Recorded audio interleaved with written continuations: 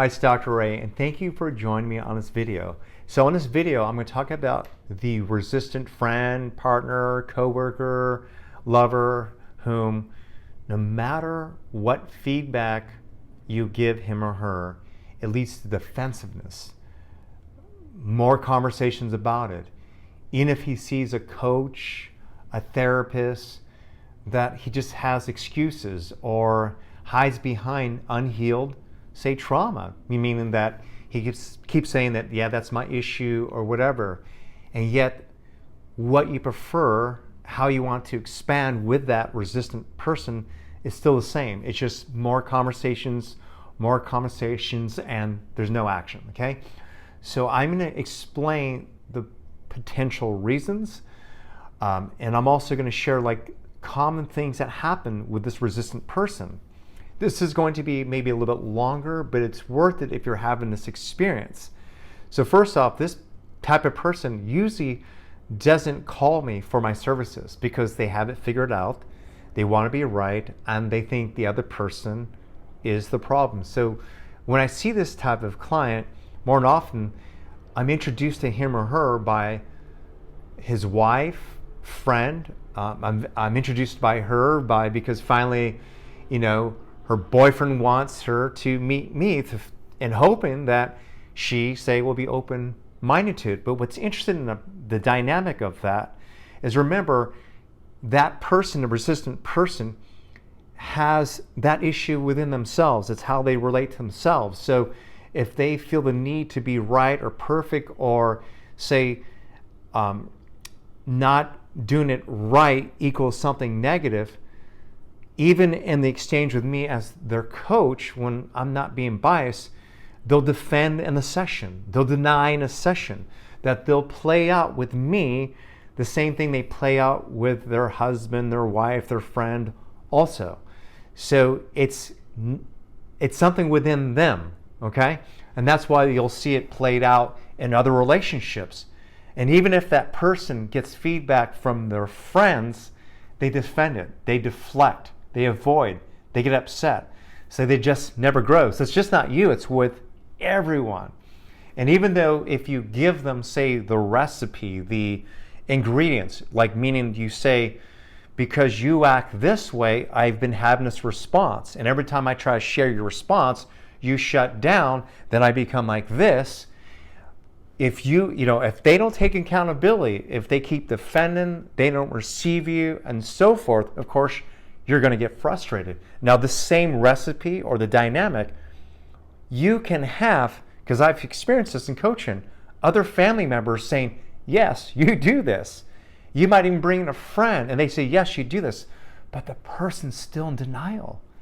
They're still deflecting. They cannot see it.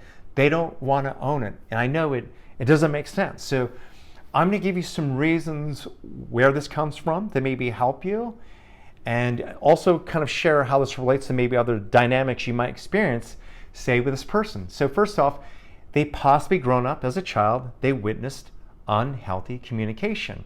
They just witnessed people disagreeing and never maybe coming to some compromise and expanding. They just saw dad get pissed off and walk out of the house and so forth. So they don't have some connection to, sometimes there's friction.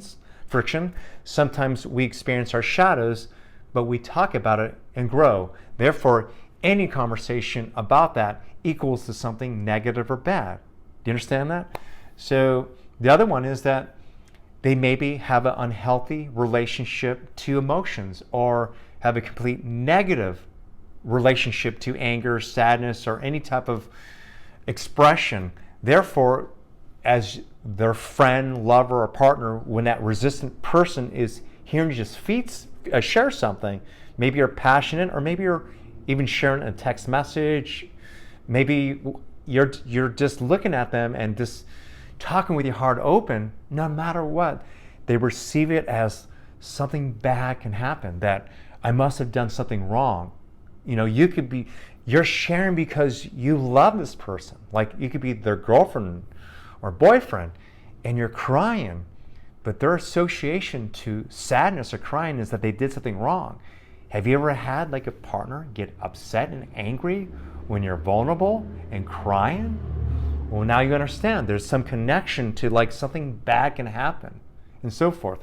The next one is that they maybe only experience some type of validation or love when, say, they did it right, or when they got their approval of their parents.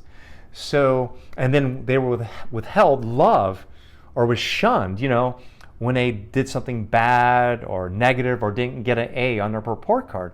So you come into them and share this, they're afraid you're going to walk away or be like mom or dad or feel as though they did something wrong. And so they'll do their best to manipulate the conversation, try to deflect, try to maybe find reasons why they did that so you don't feel they're wrong or bad, whatever, when it doesn't make sense to you because you're not trying to make them wrong. You're trying to expand and have a conversation, but they're caught up in that survival mechanism, and that is, as long as I keep people like me, they won't leave me. As long as I'm not wrong or bad, that people will love me and I won't be denied love. You understand? So it's deep-seated. It's why it's kind of hard to go there with that person.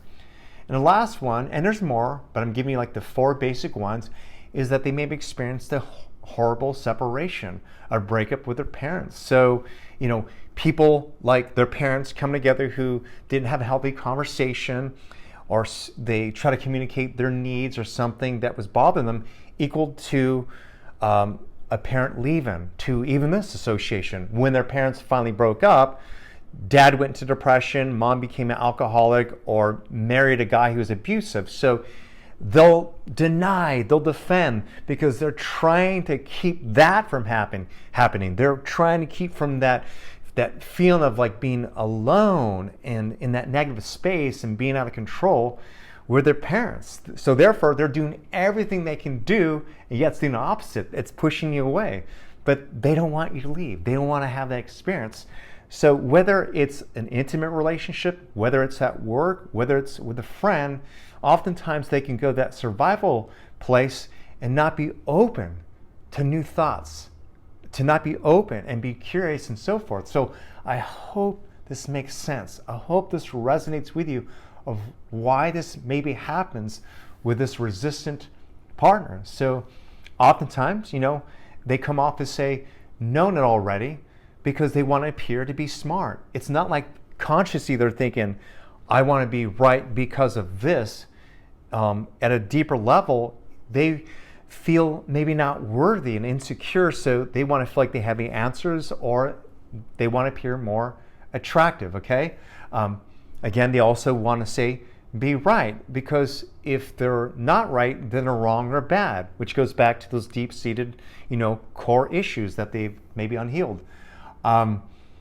Any feedback, you share with them, no matter how positive it is to grow and expand, unless you're fully in alignment with them and it's fluffy and happy, they might perceive it as there's something off, versus that their partner, their lover, their friend is human and having their experience, and maybe something was off. Because after all, what are relationships? It's coming together, relating, expanding, then maybe having a disagreement or feeling something and then sharing it with that person, and then hopefully you grow. That's what relationships are. But with a resistant person, you can't do that. But again, remember, they're clinging to the relationship because there's some connection to something unhealed and so forth. So they're not willing to say, take responsibility, because taking responsibility means they were wrong, which equals to you might leave. They're now agreeing with you that there's something off of them, about them, and therefore you now have the evidence to say they're wrong, bad, and to walk away. And probably the most challenging one is when that person says, I know I have unhealed issues, or I know like it's something I need to work on, and yet they keep hiding behind that message. There's no action. By just saying it and saying, yeah, but I have this, they're actually still deflecting. They're still trying to not be wrong. They still can't make sense. And no matter what, if there's a coach or friends giving the same feedback, they're still defending because of those deep wounds. And yet they keep talking about the deep wounds in a way without really exploring it and growing. And the other one is this. Of course, we all want to be heard empathetically. We all want to experience compassion. With this type of person, more often they create conditions of how you have to listen to them, how it has to be. And again, even manipulate a coach or people to listen in a particular way so they're validated. And yet they're still perpetuating that negative behavior that seeps into the relationship that's causing something really negative. So even if you say, for example, I'll give you one. So imagine a client who is, that resistant person, and say whenever he's traveling, he starts missing his girlfriend, and when he drinks, he starts text messaging her and get worried that she's cheating or whatever. And no matter if she says I love you, whatever, if she doesn't respond in time, whatever, she keeps having to explain and go into that story, and nothing's fixing it. And then he says I'm sorry, and he just says it's my stuff. I'm going to work on it, and then he doesn't. And then same thing happens, and he keeps giving reasons why it keeps happening, but then he keeps saying I have unhealed issues, blah blah blah. And in time, she starts building up resentment, frustration, because then in time he starts saying, why are you becoming distant? Why are you hanging up on the phone? Why are we not making love anymore? And then he starts blaming her for the problems of a relationship, and then she is saying, I started doing this because I started not trusting you. I didn't feel comfortable being vulnerable with you, because when I am, this is what happens. And then it ends up becoming like this vicious cycle where he still remains in that place. She now is becoming this bitch or whatever, and keeps trying to tell him what he needs to do. And then he starts feeling like, oh, it's all on me. It's my fault. And then goes back into that again. And he's resistant. He's pushing everyone away, including the coach, and not able to go there. Has this happened? Have you experienced this? I have. And so now you understand that cycle. And you might be asking, if you watch this entire video, like, what do you do with this? What do you do with this resistant person? Well, it's not until they're able to move past those unhealed issues, until they realize this is just a conversation and there's no one wrong here.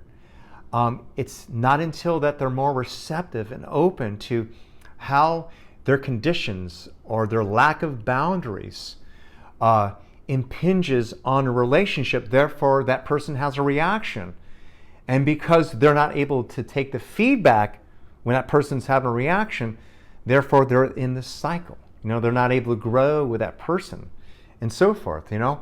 Until they're able to be accountable of what's happening without so much judgment and denial, they're not able to receive. So you can't grow.